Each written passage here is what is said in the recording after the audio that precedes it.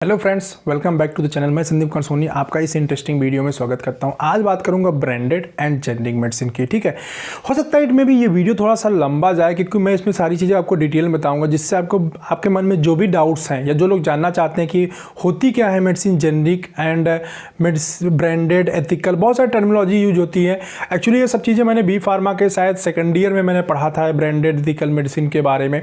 ठीक है, तभी से मुझे ये सब चीज़ें पता थी, बट अभी इसके बारे में काफ़ी शोर शराबा हुआ। फिर गवर्नमेंट ने ये अपने औषधालय ओपन करने शुरू किए कि सारे लोग जेनरिक को प्रिस्क्राइब करें, जेनरिक मेडिसिन सस्ता होता है, जेनरिक मेडिसिन सस्ता होता है। फिर आमिर खान ने अपना एक शो भी स्टार्ट कर दिया। ठीक है, सत्यमेव जयते में बहुत बड़ा सा, उसमें जेनरिक मेडिसिन के ऊपर डॉक्टर साहब आए थे, बताए थे कि जेनरिक मेडिसिन सेम इफेक्टिव होता है एज कम्पेयर टू जो भी अपने एथिकल मेडिसिन है या ब्रांडेड मेडिसिन की बात करूँ। बट रियल फैक्ट फ्रेंड ऐसा नहीं है। ठीक है, बहुत सारे यूट्यूब के ऊपर वीडियो देखेंगे, सभी लोग एक ही चीज़ बात बोल रहे हैं कि जेनरिक मेडिसिन और ब्रांडेड मेडिसिन में एफिकेसी में कोई फ़र्क नहीं होता। मैं अपना अगर मेरा ये वैसे पर्सनल ओपिनियन है जो मैंने पढ़ा हुआ है स्कूल टाइम से, कॉलेज टाइम से, स्कूल से नहीं बोलेंगे, कॉलेज टाइम का। ऐसा नहीं है, जेनरिक मेडिसिन और जो ब्रांडेड मेडिसिन होती हैं दोनों में बहुत डिफरेंस होता है। ठीक है, डिफरेंस कौन कौन सा होता है मैं अभी आपको सब डिटेल में बताऊंगा। पहले इसमें कुछ टर्मिनोलॉजी को समझ लेते हैं। एक होता है जेनरिक मेडिसिन, जो सभी लोग जानते हैं। जेनरिक होता है मीन्स उसके साल्ट के नाम से बिकता है, जो उसके अंदर पड़ा होता है। जैसे एक पैरासीटामॉल का एग्जांपल लेते हैं। पैरासीटामॉल एक जेनरिक मेडिसिन का नेम है क्योंकि उसके अंदर पैरासीटामॉल ही पड़ा है, जो कि फीवर में यूज होता है। इसके अगर मैं ब्रांड की बात करूँ, ब्रांडेड नेम होने की, जैसे कॉलपाल अपना आ जाता है, डोलो अपना आ जाता है, और ये एपेक्स कंपनी का जो पी वाला रेंज आता है, तो ये सारे पैरासीटामॉल ब्रांड के रेंज होता है, ब्रांडेड नेम हो जाते हैं। ठीक है, और बहुत सारे ब्रांड मार्केट के अंदर अवेलेबल हैं। इसके बाद हम बात करते हैं एथिकल ब्रांड की बात करते, तो इतनी ब्रांडेड को ही हम एथिकल बता देते हैं। ठीक है, इसके बाद इसमें एक और टर्मिनोलॉजी होती है रिसर्च या ओरिजिनल मॉलिक्यूल फ्रेंड। ये देखिए, इसमें है गेम। एक्चुअली क्या है कि 3 कैटेगरी की मेडिसिन होती है। एक रिसर्च मॉलिक्यूल होता है, ओरिजिनल ब्रांड होता है, दूसरा ब्रांड होता है, तीसरा जेनरिक होता है। सच समझते हैं ओरिजिनल क्या होता है। कुछ ब्रांड मेडिसिन के जितने भी ब्रांड होते हैं, जितनी भी साल्ट होती हैं, उसको कोई ना कोई कंपनी रिसर्च करती है। जब वो कंपनी रिसर्च करती है तो पहले वो खुद उस ब्रांड को सेल करती है, तो वो होता है ओरिजिनल रिसर्च मॉलिक्यूल। जैसे मैं आपको कुछ एग्जांपल बताता हूँ। जैसे आप सभी लोग जानते होंगे लीवोसिट्राजिन एंटी एलर्जिक यूज होता है। लीवोसिट्राजिन के कुछ ओरिजिनल ब्रांड मार्केट के अंदर अवेलेबल हैं। जैसे आपको मतलब ओजेट की बात करूँ, जायजाल की बात करूँ, टेक्जिन की बात करूँ, ये तीनों मेडिसिन बनाने वाली एक ही कंपनी है और ये इनका ओरिजिनल मॉलिक्यूल है। ठीक है, तो इसकी जो इफिकेसी होगी वो अदर जो भी ब्रांडेड मेडिसिन अवेलेबल हैं या जो जेनरिक मेडिसिन अवेलेबल है, इसमें और उसमें इफिकेसी में डिफरेंस आएगा। ओरिजिनल ही होता है और उसका जो डुप्लीकेट है वो डुप्लीकेट ही होता है। इसको डुप्लीकेट यहाँ नहीं बोलेंगे इन द सेंस, लेकिन जो भी कंपनी नहीं बोलेंगे, जो भी कंपनी इसको रिसर्च करती है, सबसे पहले वो उसका पेटेंट लेती है 5 साल या 10 साल के लिए। तो 5 साल या 10 साल तक वो उस मेडिसिन को सिर्फ वही बेचती है, कोई और कंपनी उस मेडिसिन को नहीं बेचती। बहुत सिंपल एग्जांपल दूंगा। अभी लुल्लीफिन का देखना आपने लोगों को देखा, जो लोग फार्मा के अंदर है वो लोग जानते होंगे कि लुल्लीफिन कुछ टाइम पहले सिर्फ रैनबैक्सी बेचा करती थी। मेरे सामने ही लॉन्च हुआ था ब्रांड। अभी सभी ब्रांड जो लुल्लीकोनाजोल जो है सभी कंपनी बेचना स्टार्ट कर दी क्योंकि उसका पेटेंट टाइम खत्म हो गया, ओवर हो गया। तो जो ओरिजिनल है, ओरिजिनल लुल्लीकोनाजोल है, वो तो सिर्फ और सिर्फ सन फार्मा बेच रही है। बाकी लोग एक्चुअली बेच जेनरिक ही रहे हैं। ठीक है, सभी लोग बेच रहे हैं जेनरिक ही, बट जब जेनरिक के ऊपर एक ब्रांड डाल दिया जाता है तो वो ब्रांडेड हो जाता है फ्रेंड। देखिए, जो भी रिसर्च मॉलिक्यूल है वो जिस कंपनी का है वही ब्रांडेड या ओरिजिनल मॉलिक्यूल होता है। इसके अलावा जितनी भी कंपनी उसको ब्रांड के नाम से बेचती हैं, एक्चुअली वो भी होती जेनरिक ही मेडिसिन। आपने सुना होगा सिप्ला जेनरिक कंपनी, या बहुत सारी कंपनी के अंदर जेनरिक मैन्युफैक्चरिंग या एपीआई मैन्युफैक्चरिंग कंपनी आपने सुना होगा, उसके नाम के साथ लगा हुआ होता है। वो लगा इसलिए होता है कि रिसर्च जिस कंपनी का रहता है वो ब्रांड तो ओरिजिनल होता है, बाकी के सारे ब्रांड जेनरिक में ही काउंट होते हैं। भले वो कोई अच्छी से अच्छी कंपनी बना रही होगी, उसके बाद बनाने या फिर कंपनी वो बनाने का राइट्स लेती है, बनाने का जो एसओपी है वो जो बनाने वाली रिसर्च करने वाली कंपनी है उससे जाके ले ली। तो चलिए, ये सब डीप में बात करने से शायद इसमें भी आपको बहुत सारी चीज़ें क्लियर नहीं होगी, नहीं समझ में आ रहा होगी क्या मैं बात कर रहा हूँ। तो सिंपल वे में बात करते हैं कि जो ओरिजिनल मॉलिक्यूल है, ठीक है, जैसे मैंने आपको एग्जांपल दिया लीवोसिट्राजिन का। लीवोसिट्राजिन की जो इफिकेसी होगी वो अच्छी होगी जो उसका रिसर्च मॉलिक्यूल होगा। जेनरिक में उतना ज़्यादा इफिकेसी नहीं मिलेगी। क्यों? क्योंकि जब मेडिसिन मैन्युफैक्चरिंग होती है उसमें एक लिमिट दी जाती है। किस लिमिट तक, जैसे सोना को बोला जाता है ना 24 कैरेट का सोना बिल्कुल सोना प्योर होता है, बट क्या 22 कैरेट का सोना अवेलेबल नहीं है? या 22 कैरेट वाले सोने को आप सोना नहीं बोलेंगे, सोना तो वो भी है ना, चमक तो उसमें भी होता है ना। 23 कैरेट वाले को भी क्या बोलेंगे, सोना तो वो भी है, गोल्ड तो वो भी है।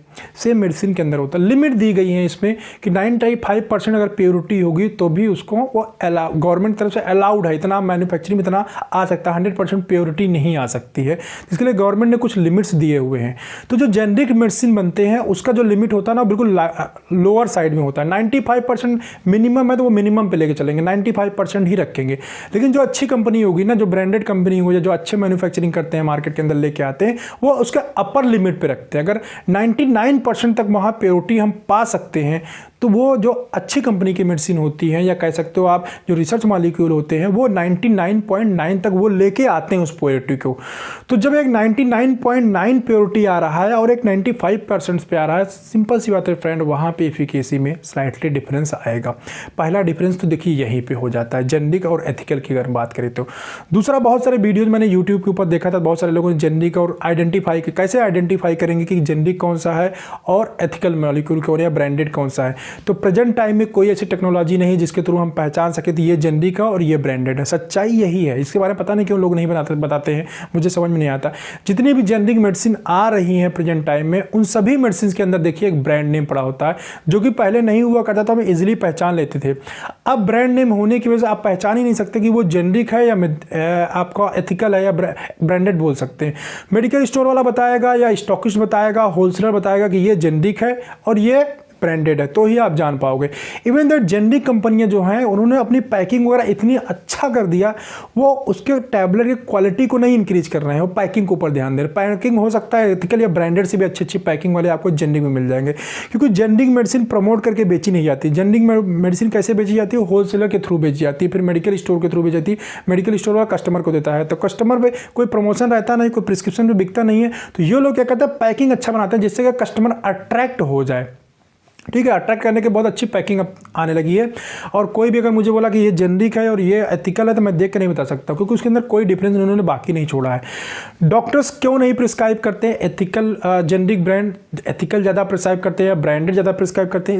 इसके 2-3 बहुत बड़े रीजन है। पहला रीजन है प्रमोशन। जेनरिक ब्रांड का प्रमोशन डॉक्टर के पास नहीं होता है। सिंपल सी बात है यार, मेरे पास कोई आदमी बार बार आके किसी प्रोडक्ट के लिए बोलेगा, मैं देख रहा हूँ सुबह शाम बार बार मेरे पास आ रहा है, रिक्वेस्ट कर रहा है, तो सिंपल सी बात है मेरे एक सिंपैथी भी दो कुछ ब्रांड लिखने के लिए। पहला पॉइंट ये है कि मेडिकल रिप्रेजेंटेटिव जो होते हैं वो प्रमोट करते हैं, कंपनी ब्रांड को प्रमोट करती हैं। ये सबसे बड़ा रीजन है डॉक्टर को प्रिस्क्राइब करने का। दूसरा बड़ा रीजन और है, अगर ब्रांड के साथ कुछ भी इलीगल होता है, कुछ भी कोई भी साइड इफेक्ट आता है या कुछ भी आता है, तो डॉक्टर किसको करेगा अचीव? मान लो कंपनी क्लेम करे, कंपनी के यार लेटर लिखना और उनसे बातचीत करना बड़ा टिपिकल हो जाता है। लेकिन मेडिकल रिप्रेजेंटेटिव डेली में डॉक्टर से मिल रहा है, अगर कुछ भी प्रॉब्लम आती है मेडिसिन के साथ में, वो मेडिकल रिप्रेजेंटेटिव को इमीडिएट क्या हो सकता है, कंप्लेन कर सकते हैं, देखो ये प्रॉब्लम आई या ऐसा रिस्पॉन्स नहीं आया, कुछ भी बोल सकता है, फीडबैक दे सकता है, और फीडबैक सीधे कंपनी के अपर मैनेजमेंट तक पहुंच जाता है। और जनरली ये होते रहते हैं, लेकिन जेनरिक में ऐसा नहीं कर सकते। तीसरा बड़ा पॉइंट ये है कि अगर आप फ्रेंड जो लोग बोल रहे हैं जेनरिक मेडिसिन सस्ता है, जरा उनसे मैं ये बोलूँगा जाके आप मार्केट में जाइए और जरा देखिए जेनरिक मेडिसिन सस्ती है क्या। रियलिटी ऐसा नहीं है। रियलिटी ये है कि जेनरिक मेडिसिन कहीं ज़्यादा महंगी है ब्रांडेड मेडिसिन के थ्रू। ठीक है, जी हाँ फ्रेंड। क्यों महंगी है?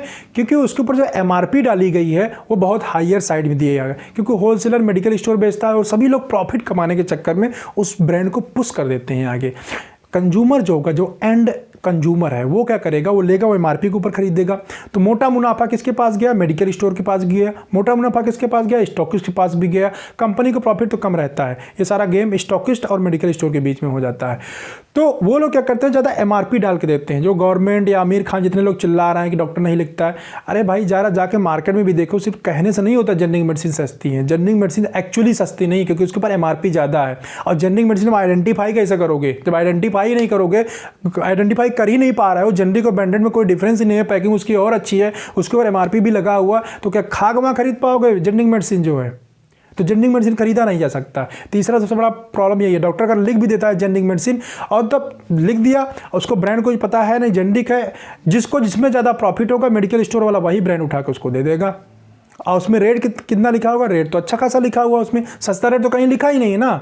आप जाके कोई भी जेनरिक मेडिसिन खरीदिए, आप जाके चेस्टन कोल्ड खरीद लीजिए, चेस्टन कोल्ड के ऊपर अच्छा खासा 30-40 रुपये की MRP है फ्रेंड, ठीक है। जबकि चेस्टन कोल्ड कितने की परचेज होती होगी, 2-3 रुपये की, 5 रुपये की, 10 रुपये की, 10 रुपये बहुत ज़्यादा हाईएस्ट है, 5 रुपये के आसपास की होगी परचेजिंग, ठीक है। जो मेडिकल स्टोर को पड़ता होगा 5, क्योंकि वो जेनरिक मेडिसिन है, लेकिन किसी को आइडिया नहीं है। सिप्लाडीन, जैसे बीटाडीन आता है, सिप्लाडीन मार्केट के अंदर खूब धड़ल्ले से बिकता है, लेकिन लोगों को मालूम ही नहीं है कि सिप्लाडीन क्या होता है, वो जेनरिक मेडिसिन है।